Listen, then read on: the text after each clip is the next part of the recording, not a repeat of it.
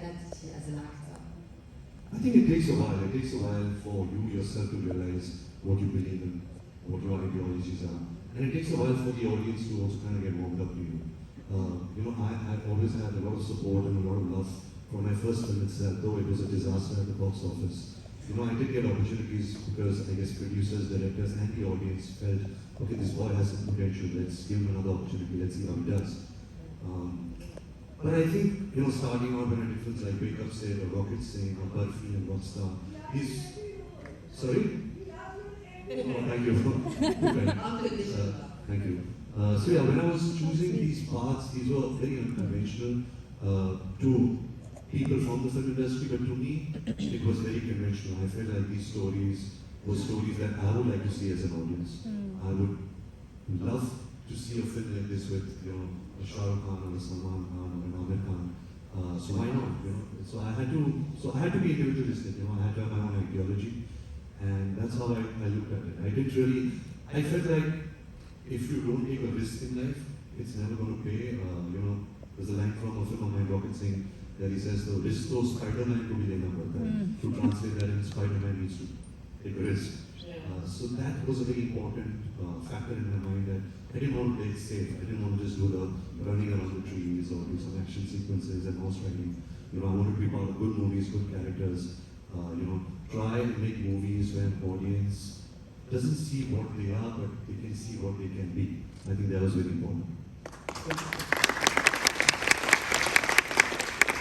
Let's talk about a very small, unsuccessful movie called Rockstar. Oh, amazing!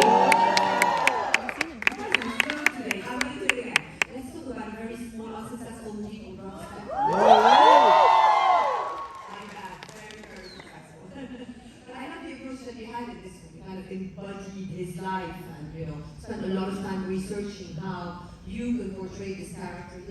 Was it a new approach for you, that you kind of immersed yourself completely? Well, firstly, I think Rockstar was a very important film in my career. It really changed a lot of things, how people saw me. I got a lot of appreciation as an actor.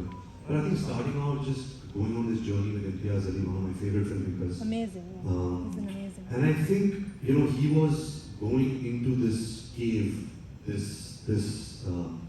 was surrendering to this vision, and he really needed an ally, and I was more than happy to be his ally. But I think the starting point for me for Rockstar was, spending 3 to 4 months with Mr. Rahman in Chennai, where he was creating the music of Rockstar. Just to be privy to that creation, a genius like Mr. Rahman, seeing all the songs of Rockstar being created, sung by Mohammed Chauhan, written by Irshad Kamil, the vision of Imtiaz Ali. Just that process, I was in. Now it was just about starting to shoot the film. And there are very few films in an actor's life, and I've probably had it once or twice, is that a film and a character comes free with inspiration. Otherwise, inspiration is very scarce. It's very rare that you're inspired in every film.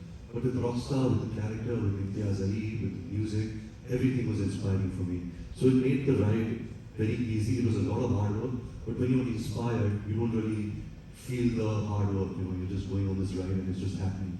So yeah, a very, very, very inspiring film in my career.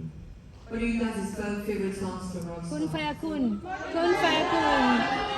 Nadan Parinde. Sadat. All the songs have been really, magical in that film. I remember when we were shooting Kun Fayakun, we were shooting in Nizamuddin Dargah, and we stayed there for 3 days.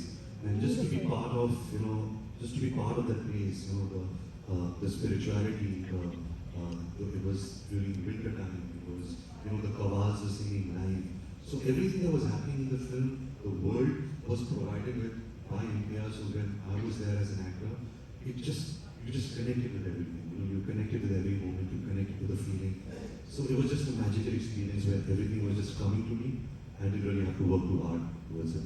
And then it was a huge success, and then it paid off with awards. I mean, it's those kinds of projects where you really feel like you're in the right place doing the right thing, right?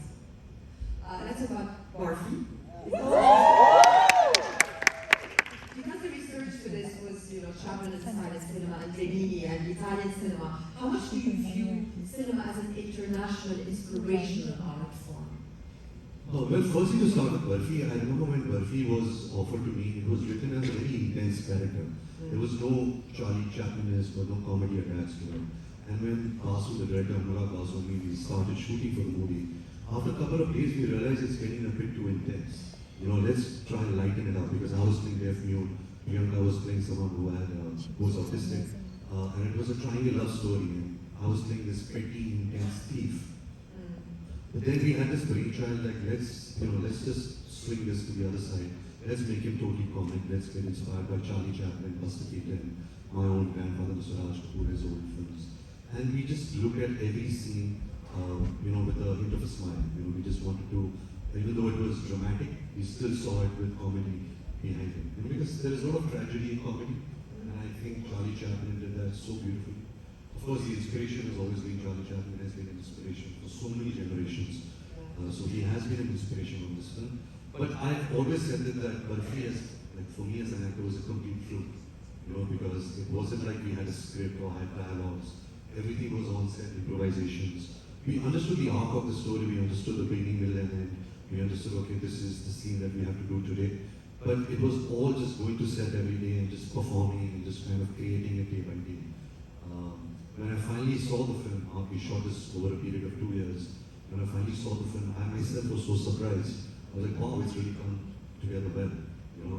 So very fond memories, very frustrating at times while we were working because we didn't have a blueprint, but extremely special film in my career. How much do you watch international cinema? You spoke about Charlie Chaplin and his own amazing filmography. What is your taste in film? Everything actually. I think I'm 42 today. For the last 30 years, I see a movie a day. So I've seen it all. If it's international, if it's Hollywood, Hindi, regional, every language. I've watched all that there is. So movies has been a part of my life. It's been my dream.